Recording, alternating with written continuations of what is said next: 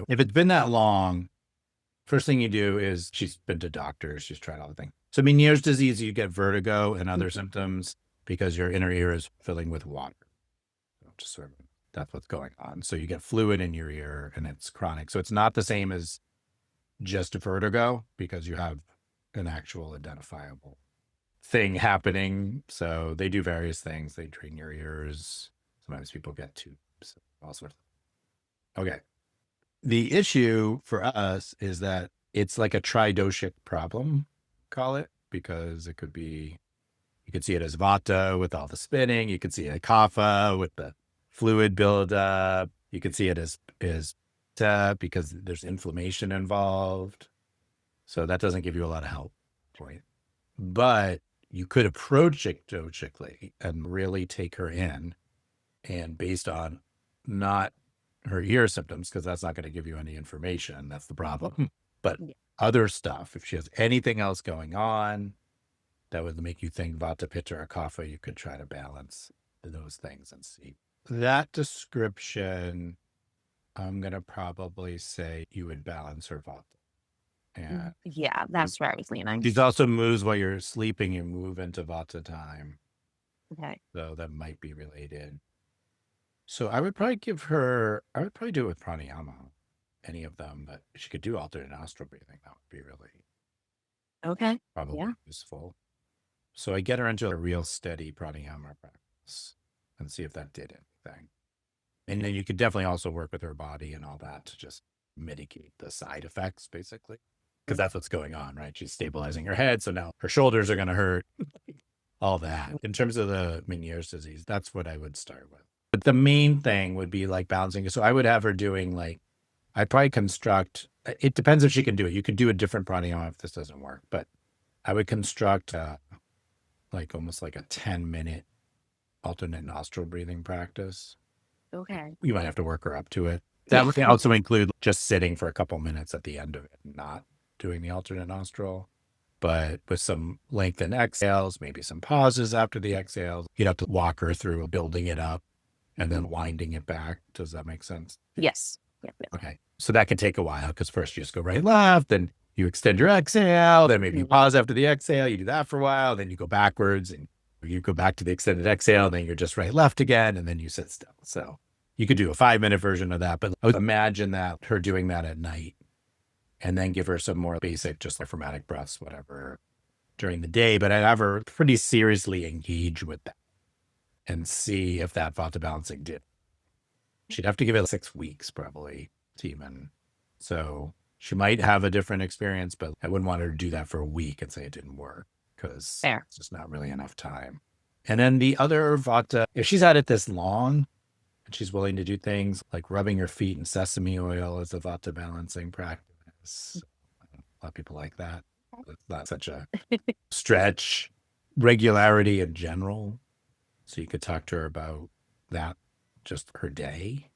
You could explain to her what you're doing. There's this concept of sort of balancing your vata, which is this sort of set of energies and experiences we have in our body that govern different things, including the bathroom and all sorts of stuff. So you want to get it super regular. So that's why you might dig in a little more on lifestyle. Sometimes you find out, oh, she also has constipation, but she wasn't going to mention that because it was on top of the list. You can tell her this. I've had people with Meniere's disease that eliminate through yoga therapy. Wow. Okay. Not bad clients. But it's random. I could never predict. Although it's very rare I have a client with that or vertigo that doesn't see improvement if they do stuff. It's happened, but it is very rare. It's usually they just don't really, they try for a week, like a longer term thing. So those are the people I lose. Anyone who actually does the yoga therapy. I had someone recently with, it's vertigo. It's not Meniere's, but they went from vertigo all the time to positional vertigo to no vertigo. And I was pretty psyched. And then it came back. I was like, we solved it, but we did not.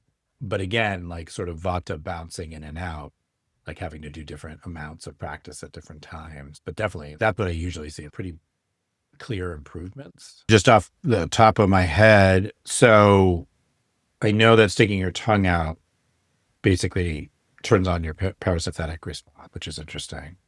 If you like lie in, Yeah. it's actually fun to do for most people once they get over whatever social things they have to get over.